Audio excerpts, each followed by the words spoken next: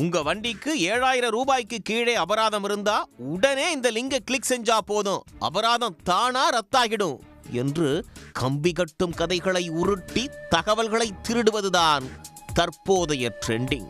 Cyber crime மோசடி கும்பல் விதவிதமாக மக்களை நம்ப வைத்து ஏமாற்றி பணத்தை மோசடி செய்வது ஒருபுறம் இருந்தாலும், லிங்கை கிளிக் செய்தால் செல்போனில் உள்ள வங்கி தகவல்கள் மற்றும் சேகரிக்கப்பட்ட தகவல்களை திருடி அதன் மூலம் பணத்தை அபகரிக்கும் வகையிலான மோசடிகளிலும் ஈடுபடுகின்றனர்.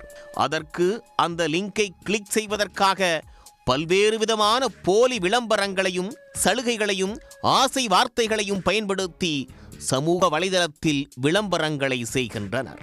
குறிப்பாக ஆன்லைன் விற்பனை நிறுவனங்கள் மற்றும் உணவு டெலிவரியில் சலுகைகளை அறிவிப்பதைப் போன்று விளம்பரங்களை செய்து அதற்காக பிரத்யேக லிங்குகளை கிளிக் செய்யுமாறு கூறி இந்த மோசடி முயற்சியில் ஈடுபடுகின்றனர்.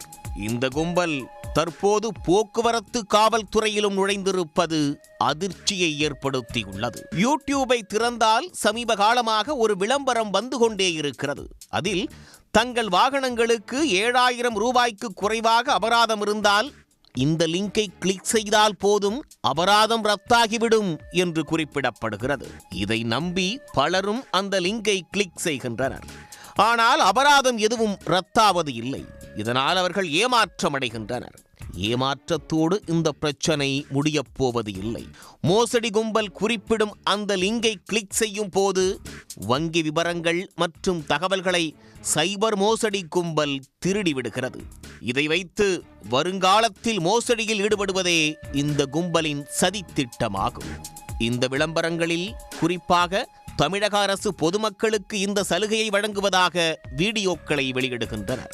இவை அனைத்தும் சைபர் கிரைம் மோசடி கும்பல் பொதுமக்களை தங்கள் வலையில் விழ வைப்பதற்காக மேற்கொள்ளும் முயற்சி என்கிறார்கள் போலீசார்.